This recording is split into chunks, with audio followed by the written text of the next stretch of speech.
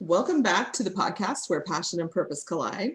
Today we are with a very special guest. Kristen Pechacek is the Chief Growth Officer at MassageLuxe, a luxurious spa franchise with 70 units. She oversees consumer and franchise demand generation with a mission to expand to 250 units within the next 5 years. Previous to MassageLuxe, she held marketing roles at Self-Esteem Brands and the Minnesota Vikings. She is passionate about marketing, education, and has served as an adjunct professor at the University of Wisconsin, River Falls. Kristen lives on a beef cattle hobby farm and in her free time enjoys the outdoors with her family. Kristen, welcome to the show. Thank you for having me. I'm excited to be here. We're excited to be with you. And you and I have in common that I grew up on a farm, not any longer, but now you're on the farm. Exactly. Life on the farm is the way to be. It really is. It's the best life. I was raised in Switzerland, and my best friend had a farm that was in the family for over 300 years, a cattle farm and apple farm. So did a lot of apple picking and a lot of milking of cows. It teaches hard work. Let me tell you, if there's one way to raise kids, it's to teach them to get up in the morning and feed the cows. So is that well, and to get dirty? Yeah. Not to be afraid of a little dirt. Yep. Exactly. So we have like a million questions we want to ask you. First, you're a young leader in the franchise space, and you got some strong opinions about many things. But the one that I thought was most fascinating in our conversation was this emphasis that you have on relationship and intimacy and truly understanding one another. Could you kind of give us an idea why this is so important in business to truly have relationships with those that we work with? Yeah, it arguably is the most important thing.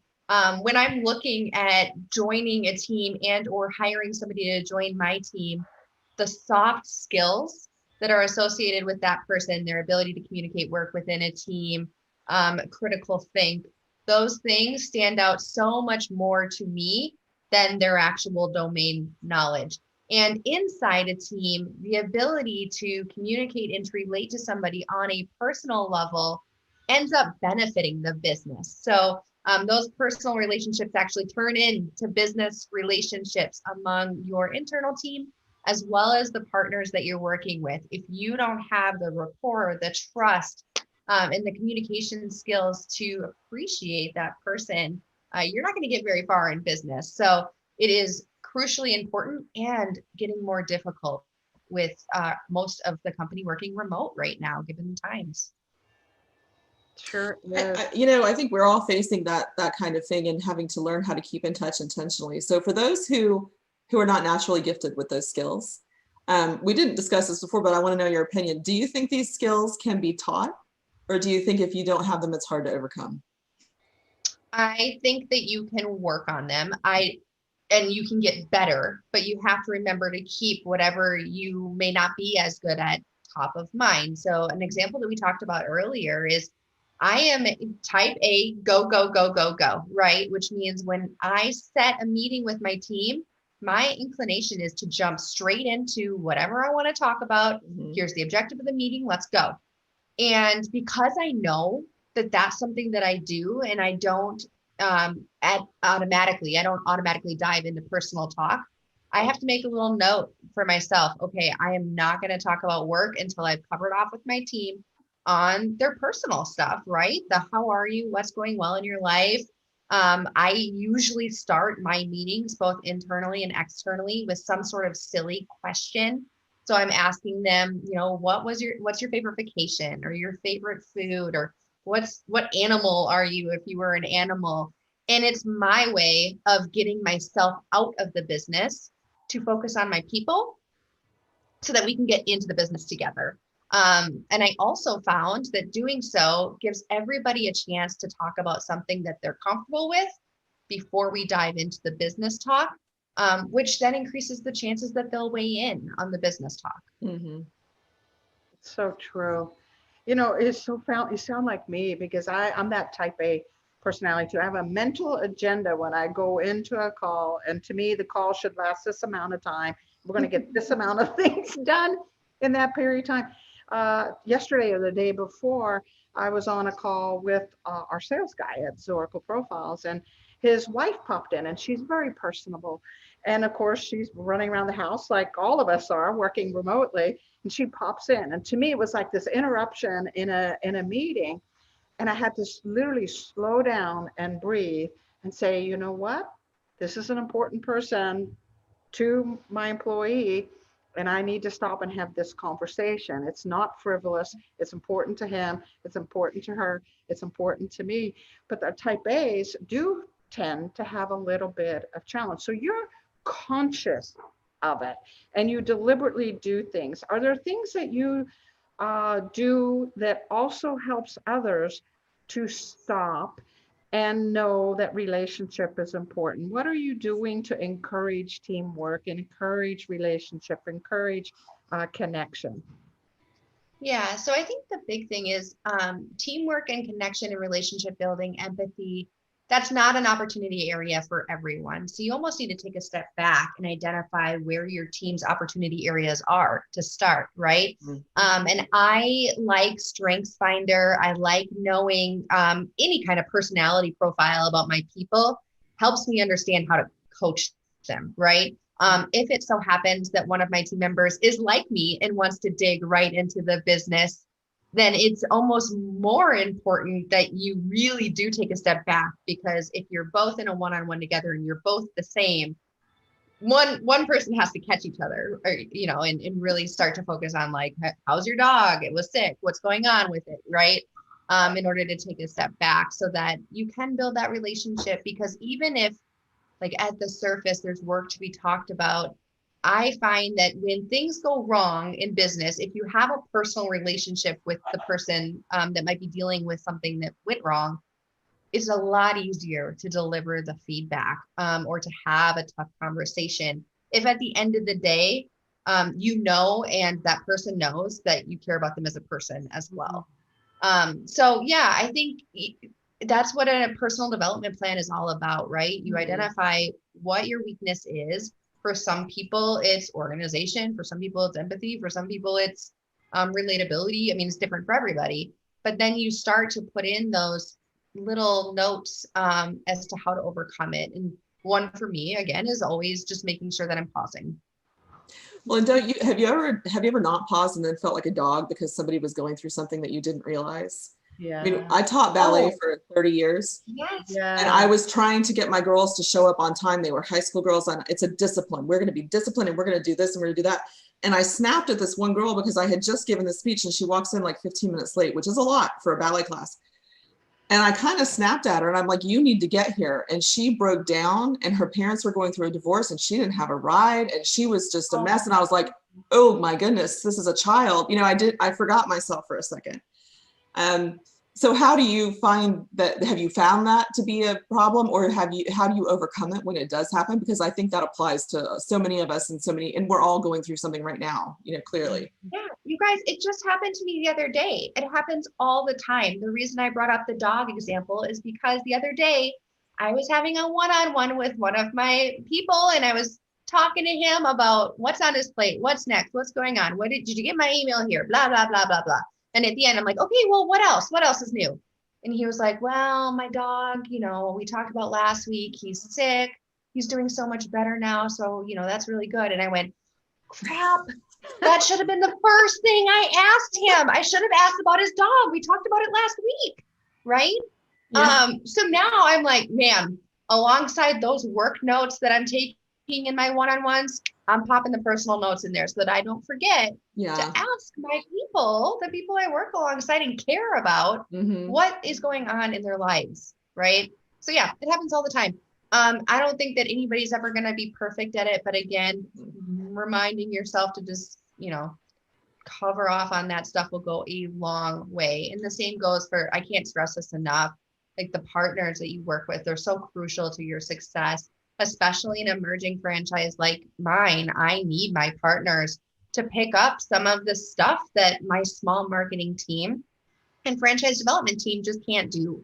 And the stakes are high and the stress is high. And if you don't have that relationship with those partners, they're not going to work as hard for you. And when you do have to have those tough conversations, they're not going to go very well because you don't have that trust built between each other to know that you're not just going to fire them tomorrow because something went wrong today. Yeah. You know, it's so interesting. I think we're used to having more intimate conversations. How are you? How are the kids? You know, what's going on if it's over a meal, right? Or you go out for drinks with your partners or folks that you work with. And today we're doing a lot of business through conference call and, Zoom and those kinds of things. So it feels more meeting like. It seems more sterile, I guess might be the word. So it really does require a more conscious effort to ask those questions and to slow down and to have the sensory acuity to see someone's not talking as much or they're not contributing as often or they seem a little bit down. It really does require us to be more aware than what maybe we were able to do if we were truly sitting knee to knee having a meal together. You're exactly right. And it's not just the lunch breaks, but it's to get up to get coffee, to go to the bathroom. How many times do you look back and you're like, oh yeah, I saw her in the bathroom and we had a little chat, and through the hallways and meeting to meeting.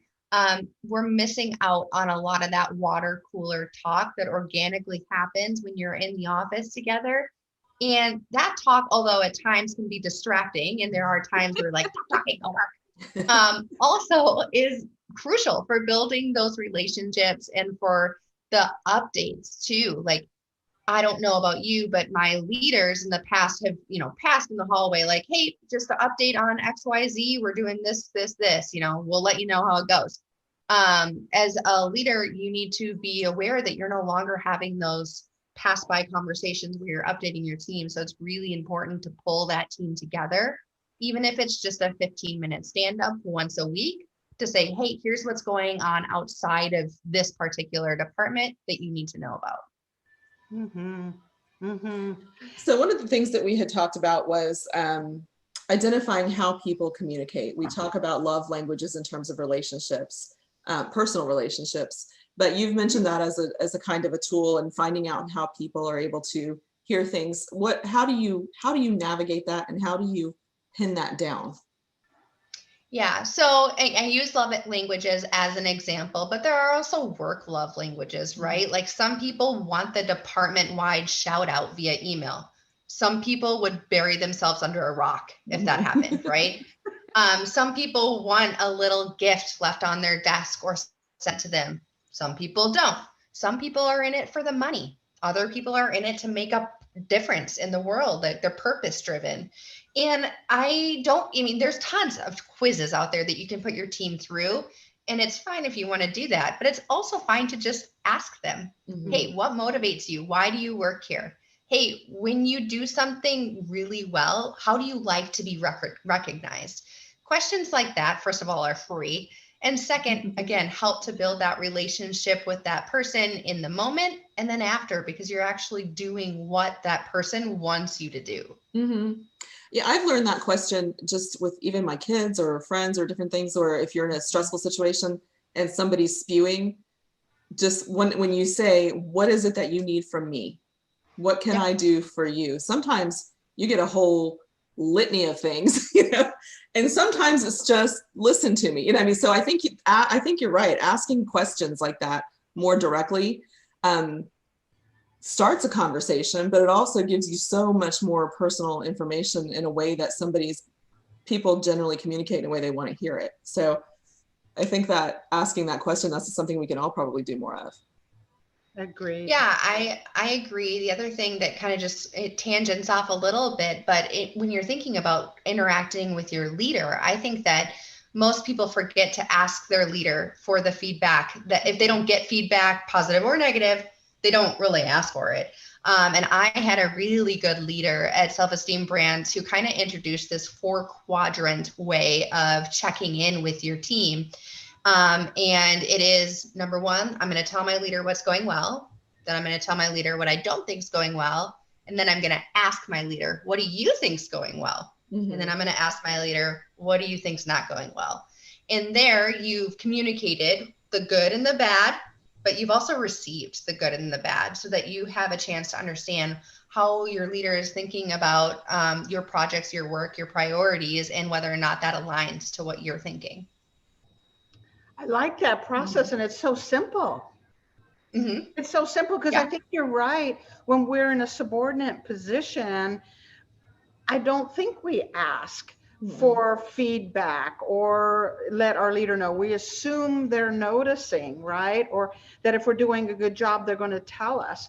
But the reality is sometimes they're A types and they have their head down and they're not really paying attention. As long as it's getting done, they're on a track. So what a simple 4-step process to share that feedback with your leader and then ask for feedback back from the leader. And let's face it, we've all had bad bosses, right? And there are times where well, you're lucky, where you have to manage up, right? You have to manage your boss in order to kind of pull what you need in order to be coached in the right direction. So there's definitely an element to that. You've got to help them help you get to where you need to go. Well, and also you're clearing things up. If you have any doubts, if you have any concerns, if you start, sometimes when there's nothing said, you begin to get paranoid. Yeah. Like maybe, maybe a shoe's about to drop that I don't know or whatever. And you can stop your brain from going through that process of reeling and know exactly where you stand, which I think is comforting to everyone. And if there's a problem, you're going to either resolve it or not. And if there's something great and they forgot to tell you what a great job you did, then maybe that's an opportunity for them to say, oh, I forgot to mention, I really liked that you did this. Yeah. Good point. Excellent point. So it's so fascinating because you're young. We were just joking a little bit earlier before you got on that we were going to create a jingle for you, the cute little blonde who lives on a farm kind of thing. So this work ethic you have and this sense of it's your responsibility to build this team, and you're conscious about it, about the communication and developing others. Did it come from farm life or just you're just wise for a young person? What's up with that?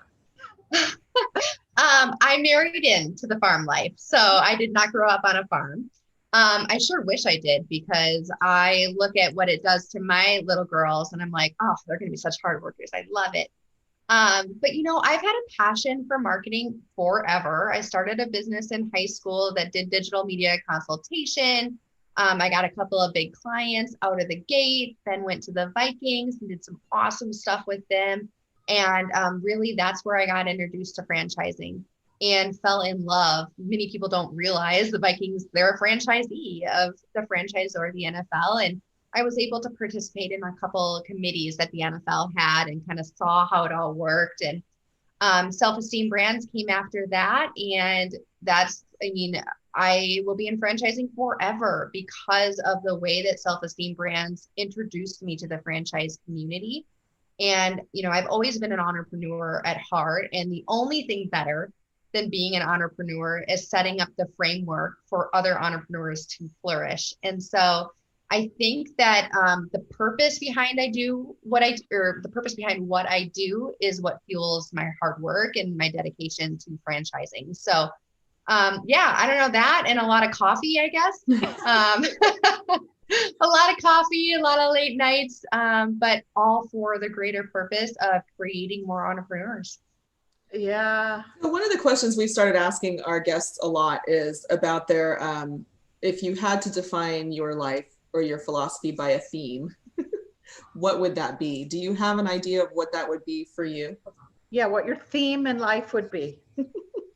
That's such a deep question. Isn't it? Yeah, it is. And it's going to sound a little repetitive. I think it's purpose though. I am purpose driven, and when I'm doing something, my number one strength is futuristic. And what that means is that I'm always like thinking about what I'm doing and what it will lead to. That's the thing. I want to know what I'm leading up to. And for me, my work is leading up to growth and making people's dreams come true so that they can pay for their kids' dance lessons. And the power behind what we do in franchising is exactly that. And so I would say purpose or futuristic, I think is a kind of a philosophy that I live my life by. I'm always hoping for a better future. I like that theme, that the ability to sort of see the future, and at the same time know that your purpose, it's not just a passion, but it's a purpose for you, is to help develop these brands, to help develop entrepreneurs. Which brings me to my next question. Talk to us about MassageLuxe and your involvement there and how you're growing and what the future is for that brand.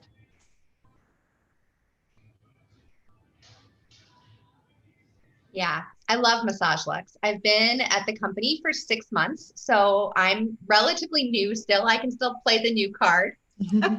But what ultimately made me and the commitment behind the MassageLuxe team. These guys are passionate and they have been with the company for over a decade. It was started in 2007. And MassageLuxe is interesting because the franchise has been around for a long time, but they've spent a lot of time perfecting the operations and the system and really making sure that the units are profitable and successful. And they are. And now it's time to grow. And so I'm coming in as an outsider on a very 10-year tight-knit team to help the franchise just share what they've already developed. So it's such a unique and incredible opportunity. There's definitely a lure to the services space and to the health and wellness space that I can't deny, that I'm so excited to be a part of. And, you know, the goal is to grow it to 250 units within the next 5 years. We're on track to do so. There's a lot of interest in the brand because of our approach to health and wellness. And this is a time where I think we can all agree we're more concerned with health and wellness than we ever have been before. And massage, which has historically been seen as a luxurious treat once every couple of months, is now being more proactively promoted as a regular way for you to get to a healthier lifestyle, both physically and mentally. And that's really what we're trying to educate on. Yeah, I totally agree. And I think this last several months has made us even more conscious of mental health, physical health, spiritual health, financial health, all of those kinds of things. And the idea of massage, which was at one time something you just did because it was frivolous. Now, yeah, or a gift. Yeah, it was a gift, right? Now it's part of our natural health plan. It's a distressor. It's a way to release endorphins. It's a way to have physical touch. There's a million wonderful benefits of massage. So as a new member of this team, did you have to dial your type A back a little bit, or? I was going to ask the same thing, because I want to formulate all this into one question with Rebecca's, because number one, did you dial it back? But also, how do you navigate being a new leader in an established business? So just so we can get the full scope, because I think that's such an important, difficult place to be. Yeah, it was incredibly difficult. It's still difficult.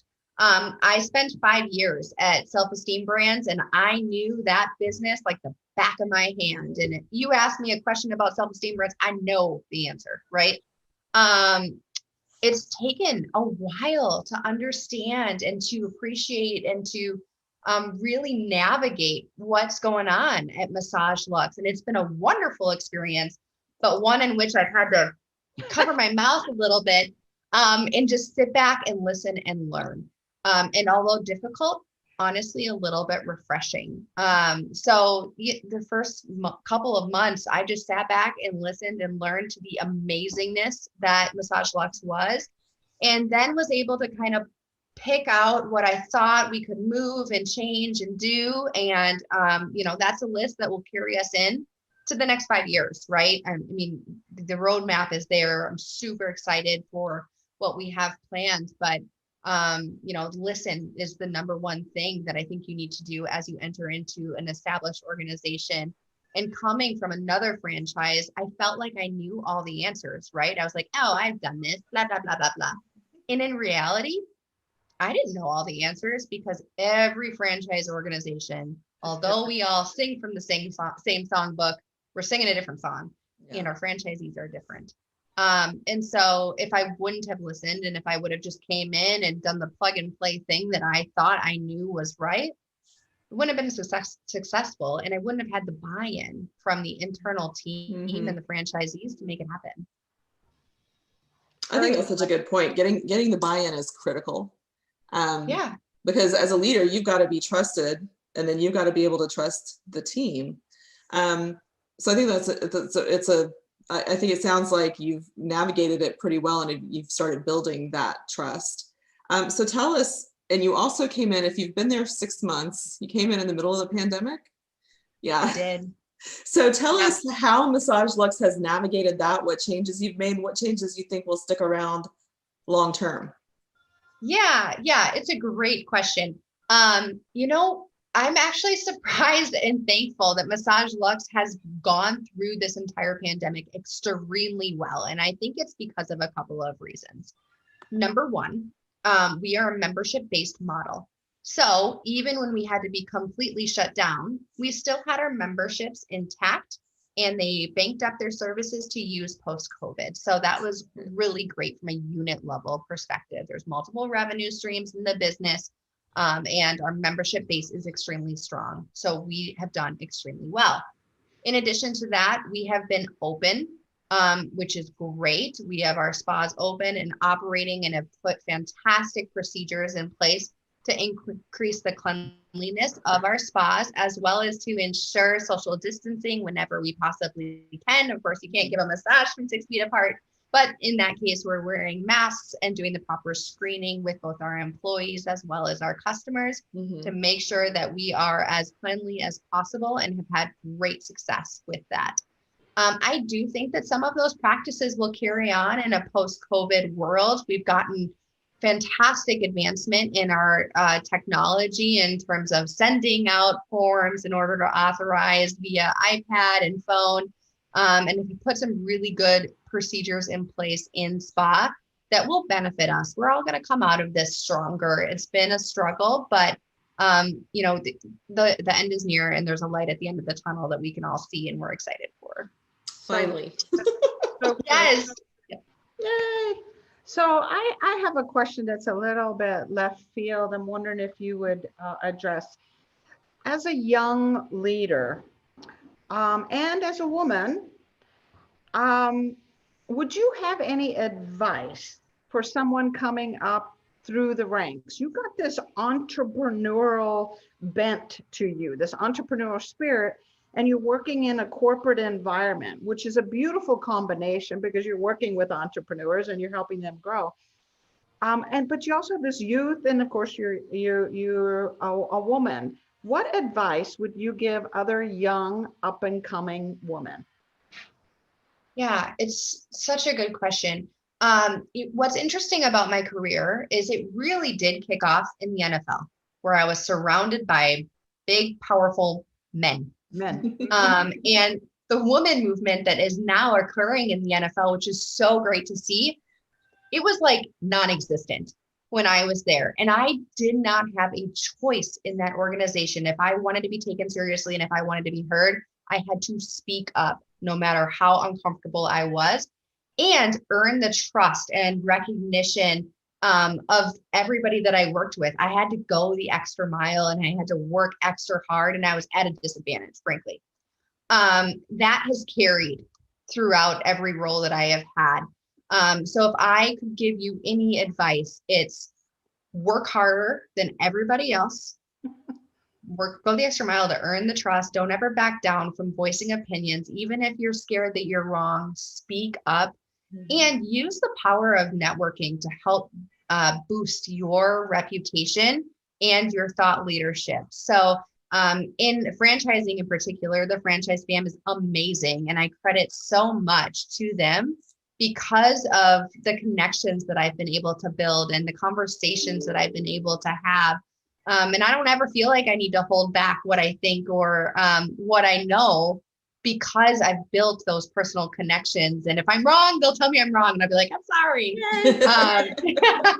Yeah, exactly.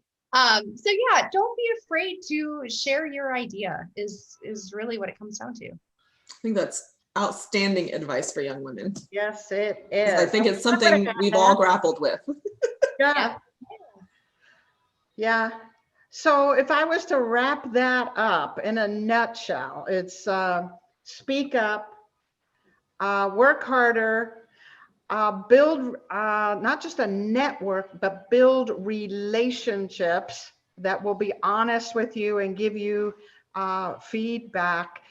And I think that's incredible advice for anyone, and especially for a young woman that's up and coming. And thank goodness for the NFL that taught you that, and for Self-Esteem Brands for encouraging that. And look out, world. I'm looking forward to seeing what your next few years are going to be like. Elizabeth, did you have any other questions for Kristen before we ask her how we can get hold of her, if anybody wanted to get hold of her? No, I feel like this was really outstanding. We may want to talk to you some after about joining our coterie and maybe some leadership mentorship opportunities. Yeah. But yeah, I think we're good. Let's ask our final question that we always ask. So the final question is, if someone wants to reach out to you, learn more about MassageLuxe, or learn more about you, how would they do that? Absolutely. I'm so accessible. So you can go to LinkedIn, Kristen Pechacek. I have my own jingle for my name because my name is so hard. And so when I'm on the phone with people and they're like, spell your last name, I'm like, I don't know it. It is Pechacek, like a cheer, Pechacek. So jingle here. And I think I mispronounced it in your bio. So say it properly one more time. Pechacek. Okay, I did. That's okay. It's okay. I'm used to it. So you can find me on LinkedIn. Otherwise, send me an email. It's kpechacek@massageluxe.com. Beautiful. Thank you so much for being with us today. We'll be reaching out to talk to you about potentially teaching others some of these leadership and communication and relationship skills. So thank you for being with us today. Thanks for having me. I look forward to talking to you.